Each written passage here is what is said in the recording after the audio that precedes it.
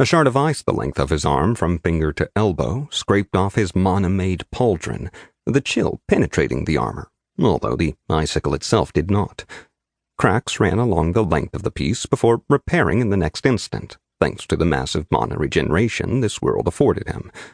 Realizing he was standing still and gloating like a mid-sized goat instead of killing like a large goat, Luke sprinted at the offending witch and reached out, intending to grab her neck for maximum leverage as he punched.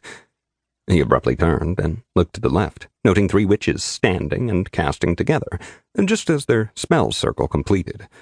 A bolt of lightning, thicker than the meaty thighs of Old Man Sunny, a literal god from a different and specifically non-connected universe, jumped from the staff of the lead witch in the trio, blasting Luke into the air and hurling him nearly 100 meters away.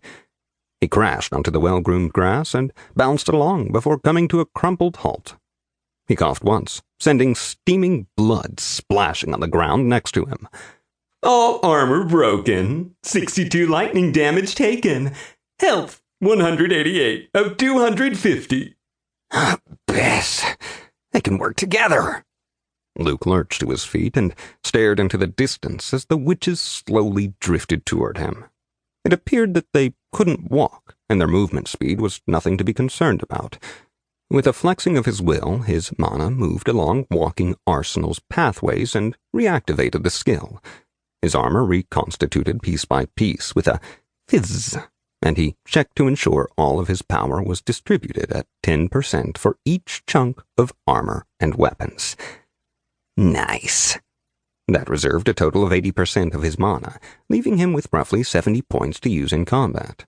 Not a huge issue at all, as his only skills that used mana were Goat Call, Open Up, and Bum Rush. Of those 3, only the last was useful at the moment. He calmly sidestepped an icicle, watching for any signs of other spells. More ice shot through the air, and Luke finally felt that he had a good handle on the capabilities of these attackers. Ice at range, lightning at near-touch range when 3 are together, barrier if they see me coming.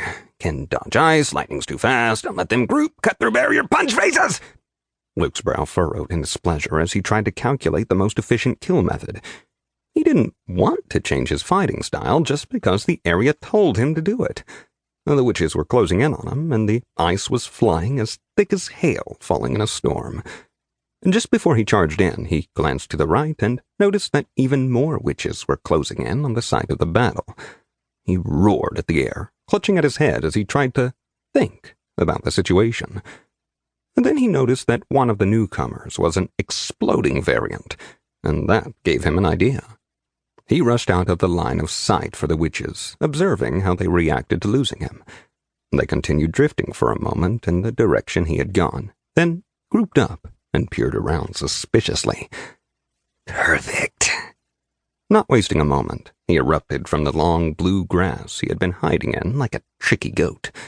His target didn't even get a chance to see him before the Murderhobo devoted a total of 40% of his mana to his right hand and sent a battering ram blow to its hat-covered temple.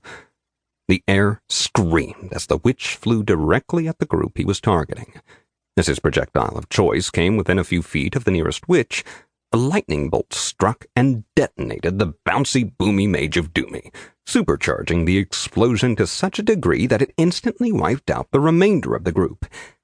That counts! Bouncy, boomy Mage of Doomy killed with a ranged attack, 5 meters plus, 11 of 50.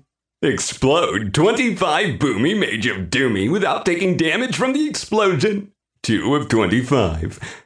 Kill at least 100 total bouncy boomy Mage of Doomy, 31 of 100. Have fun. 1 of 1. Luke walked forward and collected the fallen skill pearls, a slight grin showing through his mustache and beard. So that's how you have fun? I can get behind it.